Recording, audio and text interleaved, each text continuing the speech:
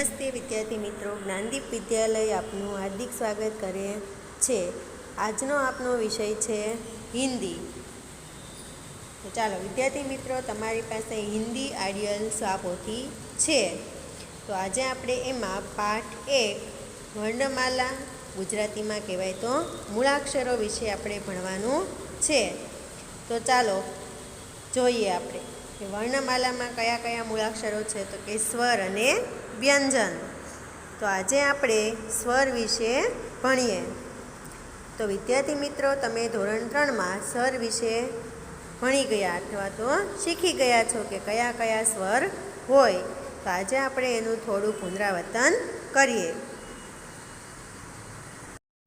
તો ચાલો વિદ્યાર્થી મિત્રો, આજે આપણે એક એક મૂળાક્ષરનો ઉચ્ચાર સાથે બોલીએ।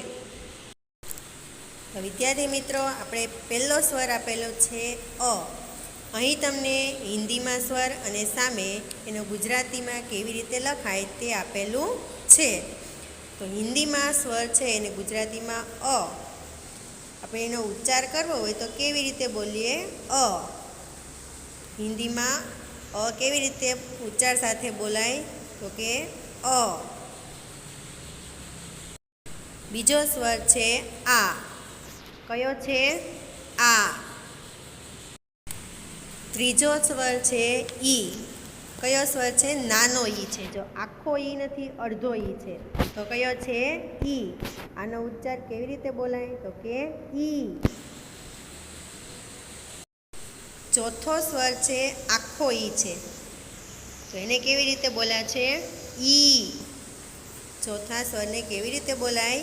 ઈ। એનો ઉચ્ચાર કેવી રીતે થશે? તો કે ઈ। ઈ પછી આવે છે ઉ। કયો સ્વર છે? ઉ। તો ઉને હિન્દીમાં કેવી રીતે લખાય અને ગુજરાતીમાં કેવી રીતે લખાય તે તમારે યાદ રાખવાનું છે। આ પહેલો ઉ છે એટલે કે અડધો ઉ છે। તો એને કેવી રીતે લખાય તે યાદ રાખવાનું છે। તો આનો ઉચ્ચાર કેવી રીતે નીકળશે? તો કે ઉ। તો એની પછીનો છે આખો ઉ। કયો ઉ છે? આખો ઉ। તો એનો ઉચ્ચાર કેવી રીતે લખાય બોલાય? તો કે ઉ। લાંબો સ્વરથી બોલવાનું ઉ। અડધા ઉ છે એમાં પાછળ રેફ આવતો નથી અને આખો ઉ છે તો પાછળ એમાં રેફ આવે છે। તો આનો ઉચ્ચાર કેવી રીતે થાય છે? ઉ। ઉ પછીનો સ્વર છે રે। આને શું બોલાય? રે। ફરીથી બોલીએ કે આને ગુજરાતીમાં ઉચ્ચાર શું નીકળે? તો કે રે। આપણે રૂ બોલીએ છીએ તો રૂ આવે નહીં, એને બોલાય રે। એની પછીનો ઉચ્ચાર છે એ। કયો ઉચ્ચાર છે? એ। તો ચાલો, એકમાત્ર એ આવે તો હિન્દીમાં એની માથે લીટો કરવાનો આવતો નથી। તો આપણે યાદ રાખવાનું કે હિન્દીમાં એ કેવી રીતે લખાય? આપણે ગુજરાતીમાં લખીએ તો માથે એક લીટો આવે છે, હિન્દીમાં એક માથે લીટો આવતો નથી। તો આને આપણે ઉચ્ચાર કેવી રીતે કરીશું? એ। તો વિદ્યાર્થી મિત્રો, તમારે હિન્દીમાં એ કેવી રીતે લખાય તે યાદ રાખવાનો છે। એ પછી આવે છે ઐ। શું આવે છે? ઐ। તો ચાલો, ગુજરાતીમાં ઐની માથે બે લીટા આવે છે ત્યારે હિન્દીમાં એની માથે એક લીટો આવે છે। તો આપણે શું બોલાય? ઐ। કે એની માથે એક લીટો હોય તો શું બોલીએ? ઐ। એક લીટામાં ગુજરાતીમાં એ લખવા માટે માથે લીટો આવતો નથી અને હિન્દીમાં ઐ લખવા માટે એની માથે એક લીટો આવે છે। તો આનો ઉચ્ચાર આપણે કેવી રીતે બોલાય? તો કે ઐ। એની પછીનો ઉચ્ચાર છે ઓ। કયો છે સ્વર? ઓ। ચાલો, ઓ પછી આવે છે ઔ। કયો સ્વર આવે છે? ઔ। તો આને આપણે ઉચ્ચાર તરીકે બોલવું હોય તો કેવી રીતે બોલાય? ઔ। એની પછીના સ્વર છે અમ। કયો સ્વર છે? અમ। ને છેલ્લો સ્વર છે અહા। કયો સ્વર છે? અહા। તો આપણે એને ઉચ્ચાર તરીકે બોલવું હોય તો કેવી રીતે બોલીએ? તો કે અહા। તો ચાલો વિદ્યાર્થી મિત્રો, તમે સ્વર વિશે જોયું. તો આપણે કુલ કેટલા સ્વર આવે છે હિન્દીમાં? તો કે 13 સ્વર આવે છે. કેટલા સ્વર આવે છે? 13. તો આપણે બધા સ્વરને ફરીથી એકવાર ઉચ્ચાર સાથે બોલીએ. અ, આ, ઈ, ઉ,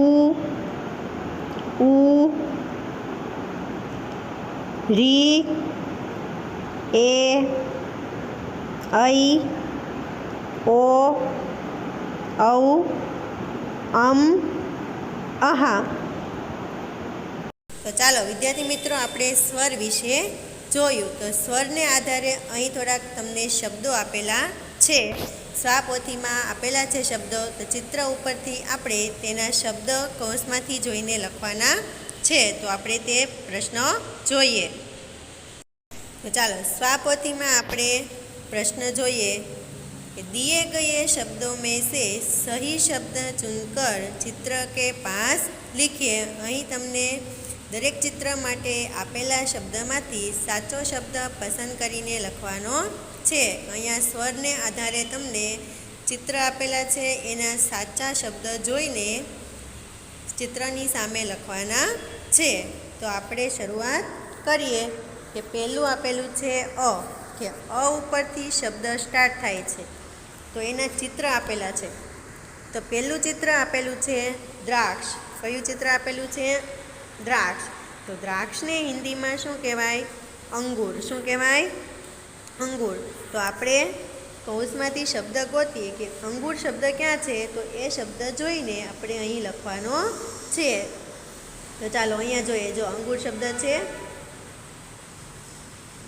અંગૂર શબ્દ છે તે અહીં લખવાનો છે. ક્યાં લખવાનો છે? તો કે અહીંયા જે ખાલી જગ્યા ચિત્રની સામે આપેલી છે તે શબ્દ કૌંસમાંથી જોઈને સામે લખવાનો છે. ચાલો પહેલાં અના ત્રણેય શબ્દ આપણે જોઈએ. બીજો શબ્દ ચિત્ર આપેલું છે અજગર. કયું ચિત્ર આપેલું છે? અજગર. તો આપણે કૌંસમાં શબ્દ જોઈએ કે અજગર ક્યાં છે. તો કે અ ઉપરથી શબ્દ આવે તે જોવાનું. તો અહીં તમને અજગર આપેલું છે. તો અજગર શબ્દ ચિત્રની સામે લખવાનો છે. ત્રીજું ચિત્ર છે અનાનસ. કયું ચિત્ર છે? અનાનસ. તો હિન્દીમાં અનાનસને શું કહેવાય? અનાનસ જ કહેવાય. શું કહેવાય? અનાનસ. તો આપણે એ શબ્દ ગોતીને ગોળ કરીએ.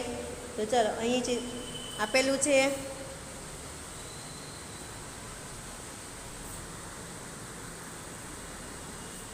તેને આપણે ગોળ કરીએ.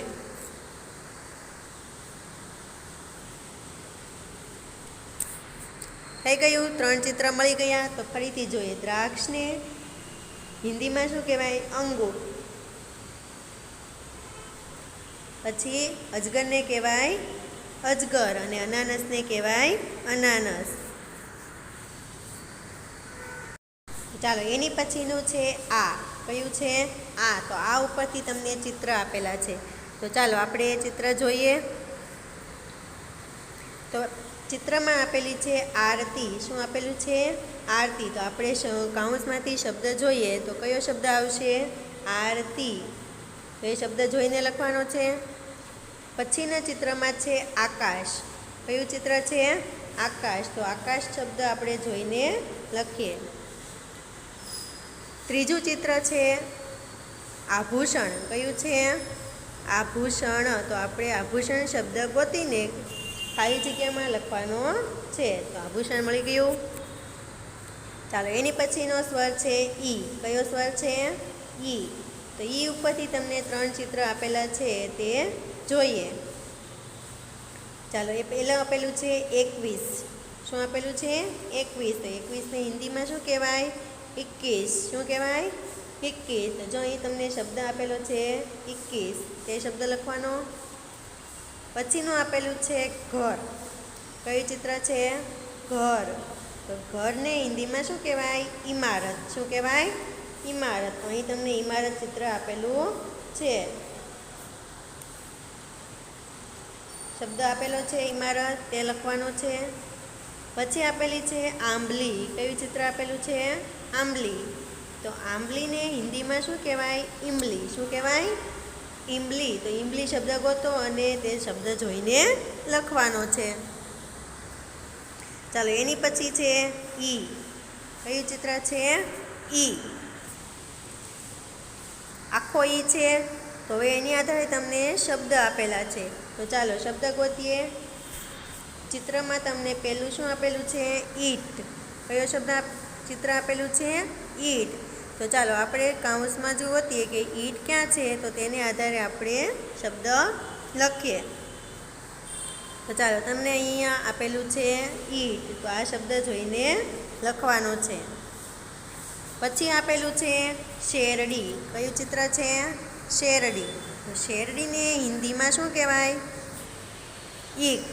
શું કહેવાય? ઈખ. તો અહીં તમને ઈખ આપેલું છે. ચાલો એની પછીનું ચિત્ર આપેલું છે ઈશુ. કયું ચિત્ર આપેલું છે? ઈશુ. ઈશુને હિન્દીમાં ઈશુ કહેવાય. તો અહીં તમારો શબ્દ આપેલો છે ઈશુ. જો એ ઈશુ શબ્દ જોઈને લખવાનું છે. ચાલો એની પછી છે ઉ. તો ઉ ઉપરથી તમને 3 ચિત્ર આપેલા છે. તો પહેલું ચિત્ર છે ઘુવડ. કયું ચિત્ર છે? ઘુવડ. તો ઘુવડને હિન્દીમાં શું કહેવાય? ઉલ્લુ. શું કહેવાય? ઉલ્લુ. તો આપણે કાઉન્સમાં શબ્દ ગોતીએ કે ઉલ્લુ શબ્દ ક્યાં છે, તો એ શબ્દ જોઈને લખીએ. તો અહીં તમને ઉલ્લુ શબ્દ આપેલો છે. છેલ્લો શબ્દ તે શબ્દ જોઈને લખવાનો છે. ચાલો એની પછીનું બીજું ચિત્ર કયું છે? 29. કયો ચિત્રમાં કયો અંક આપેલો છે? 29. તો 29ને હિન્દીમાં શું કહેવાય? 19. શું કહેવાય? ઉન્નતીસ. 29ને હિન્દીમાં શું કહેવાય? ઉન્નતીસ. તો ચાલો આપણે કૌંસમાં ગોતીએ કે કયો શબ્દ આવશે. તો અહીં તમને આપેલો છે ઉન્નતીસ. તે શબ્દ જોઈને ખાલી જગ્યામાં લખવાનું છે. એની પછીનું ચિત્ર તમને આપેલું છે. કયો અંક આપેલો છે? 19. કયો અંક છે? 19. તો 19ને હિન્દીમાં શું કહેવાય? 19. શું કહેવાશે? 19. તો 19 શબ્દ આપણે કૌંસમાંથી ગોતીને લખીએ. તો અહીં તમને 19 શબ્દ આપેલો છે. એ શબ્દ જોઈને તમારે ખાલી જગ્યામાં લખવાનું છે. પછી આપેલું છે ઉ સર્વ.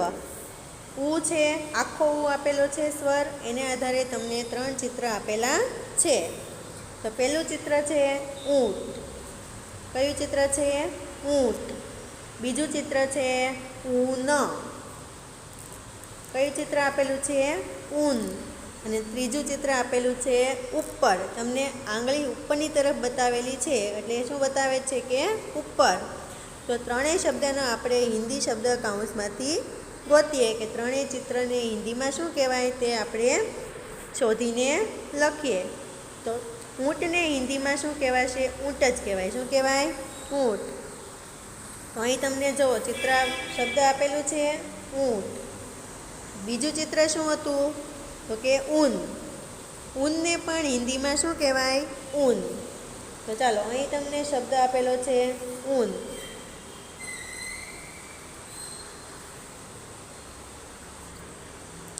ત્રીજું ચિત્ર શેનું બતાવેલું હતું? તો કે ઉપર. એની બાજુમાં જ તમને આપેલું છે ઉપર શબ્દ. તો ત્રણેય શબ્દ મળી ગયા. ત્રણેય શબ્દ જોઈને લખવાના. ચાલો એની પછી છે એ. કયો સ્વર છે? એ. તો એને આધારે તમને 3 ચિત્ર આપેલા છે. તો પહેલા ચિત્રમાં કયો અંક છે? 1. બીજા ચિત્રમાં છે તંબુરો. શું છે? તંબુરો. તંબુરોને હિન્દીમાં શું કહેવાય? અકતારા. શું કહેવાય? અકતારા. કે તંબુરોને હિન્દીમાં શું કહેવાય? અકતારા. ને ત્રીજું ચિત્ર આપેલું છે એડી. તમને પગની એડી બતાવેલી છે, તો તને હિન્દીમાં શું બોલાય? એડી. તો ત્રણેય ચિત્રના શબ્દો આપણે જોઈએ કાઉન્સમાં. ચાલો પહેલું ચિત્ર હતું એ. તો આપણે એક શબ્દ ગોતીએ. તો અહીં આપેલો છે એક. બીજું ચિત્ર શું હતું? તંબુરો. તો તંબુરાને શું કહેવાય હિન્દીમાં? એક તારા. તો અહીં જે આપણે શબ્દ આપેલો છે એક તારા. પછી ત્રીજા ચિત્રમાં શું હતું? એડી. તો એડીને હિન્દીમાં શું કહેવાય? એડી. તો અહીં તમને શબ્દ આપેલો છે એડી. ચાલો એની પછીનો સ્વર આવે છે ઐ. શું આવે છે? ઐ. તો એને આધારે તમને 3 ચિત્ર આપેલા છે. પહેલું છે હાથી. તો હાથીને શું કહેવાય? એરાવત. શું કહેવાય હિન્દીમાં? એરાવત. પછી ચશ્મા છે. તો ચશ્માને કહેવાય એનક. હિન્દીમાં શું કહેવાય? એનક. અને અહીં તમને જૂથ આપેલું છે. ત્રીજા ચિત્રમાં શું આપેલું છે? જૂથ. તો એને કહેવાય અક્ય. શું કહેવાય? અક્ય. તો ચાલો ત્રણેય ચિત્રના શબ્દો આપણે કૌંસમાં શોધીએ. તો કે પહેલું ચિત્ર શું હતું? એરાવત. તો એરાવત શબ્દ અહીં આપેલો છે આપણે તે શોધીને લખીએ. બીજું ચિત્ર શેનું હતું? તો કે ચશ્મા. ચશ્માને શું કહેવાય? એનક. શું કહેવાશે? એનક. અને ત્રીજું ચિત્ર શું હતું? તો કે જૂથ હતું. જૂથને કહેવાય એક્ય. શું કહેવાય? એક્ય. ચાલો એની પછીના સ્વર જોઈએ. ઓ. કયો સ્વર છે? ઓ. તો ઓ ઉપરથી તમને 3 ચિત્ર બતાવેલા છે. તો કે પહેલું છે ખાંડણી. શું છે? ખાંડણી. તો ખાંડણીને હિન્દીમાં શું કહેવાય? ઓખલી. શું કહેવાય? ઓખલી. તો ખાંડણીને હિન્દીમાં શું કહેવાય? ઓખલી. બીજા ચિત્રમાં છે તમને ચુંદડી બતાવેલી છે. ચુંદડી ઉપર તીર આપેલું છે. તો ચુંદડીને હિન્દીમાં શું કહેવાય? ઓઢણી. શું કહેવાય? ઓઢણી. તો ચુંદડીને હિન્દીમાં કહેવાય ઓઢણી. અને ત્રીજા ચિત્રમાં તમને હોઠ બતાવેલા છે. તો હોઠને હિન્દીમાં શું કહેવાય? તો કે ઓષ્ઠ. શું કહેવાય? ઓષ્ઠ. ફરીથી જોઈએ ત્રણેય ચિત્ર. કે પહેલું ચિત્ર છે ખાંડણી. તો ખાંડણીને હિન્દીમાં કહેવાય ઓખલી. બીજા ચિત્રમાં ચુંદડી છે. તો ચુંદડીને કહેવાય ઓઢણી. અને ત્રીજા ચિત્રમાં છે હોઠ. તો હોઠને કહેવાય ઓષ્ઠ. તો ચાલો ત્રણેય શબ્દ આપણે કૌંસમાં શોધીએ. ચાલો પહેલું ચિત્ર શેનું હતું? તો કે ઓખલી. તો ઓખલી શબ્દ ક્યાં છે તેને શોધીને આપણે જોઈને લખીએ. અહીં તમને ઓખલી શબ્દ આપેલો છે. બીજા ચિત્રમાં હતી ઓઢણી. તો અહીં તમને ઓઢણી શબ્દ આપેલો છે. અને ત્રીજું છે ઓષ્ઠ. તો અહીં તમને ઓષ્ઠ શબ્દ આપેલો છે. તો ત્રણેય શબ્દ જોઈને લખવાના છે. ચાલો છેલ્લું છે ઔ. શું છે? ઔ. તેની આધારે તમને 3 ચિત્ર આપેલા છે. પહેલામાં તમને ઓજારો આપેલા છે. શું આપેલા છે? ઓજારો એટલે કે સાધનો આપેલા છે. તો એને કહેવાય હિન્દીમાં ઓજાર. શું કહેવાય? ઓજાર. બીજામાં તમને દવાની બોટલ આપેલી છે. તો એને કહેવાય હિન્દીમાં ઔષધ. શું કહેવાય? ઔષધ. અને ત્રીજું છે ચિત્રમાં તમને સ્ત્રી બતાવેલી છે. તો સ્ત્રીને હિન્દીમાં શું કહેવાય? ઔરત. શું કહેવાશે? ઔરત. તો ફરીથી આપણે ત્રણેય શબ્દ જોઈએ. કે પહેલામાં સાધનો છે એને કહેવાય ઓજાર. દવાની બોટલ આપેલી છે તો એને કહેવાય ઔષધ. અને ત્રીજાને સ્ત્રી બતાવેલી છે તો એને કહેવાય ઔરત. તો ત્રણેય શબ્દ આપણે કૌંસમાંથી શોધીને લખીએ. તો ચાલો પહેલો શબ્દ કયો હતો? તો કે ઓજાર. તો ઓજાર શબ્દ આપણે અહીં આપેલો છે તે શોધીને લખીએ. બીજો શબ્દ છે ઔષધ. તો અહીં તમને ઔષધ શબ્દ આપેલો છે તો તે શોધીને લખીએ. અને ત્રીજો આપેલું છે ઔરત. તો અહીં તમને ઔરત શબ્દ આપેલો છે. તો ત્રણેય શબ્દ તમારે જોઈને લખવાના છે. તો ચાલો સ્વર ઉપરથી તમને શબ્દ ચિત્ર ખબર પડી ગઈ. આ ચિત્રને તમારે યાદ રાખવાના છે કે હિન્દીમાં તમારે ચિત્રને શું કહેવાય તે તમારે યાદ રાખવાનું છે. તો ચાલો સ્વર આપણે જોયું. હવે આગળના વિડીયોમાં આપણે વ્યંજન વિશે શીખીશું.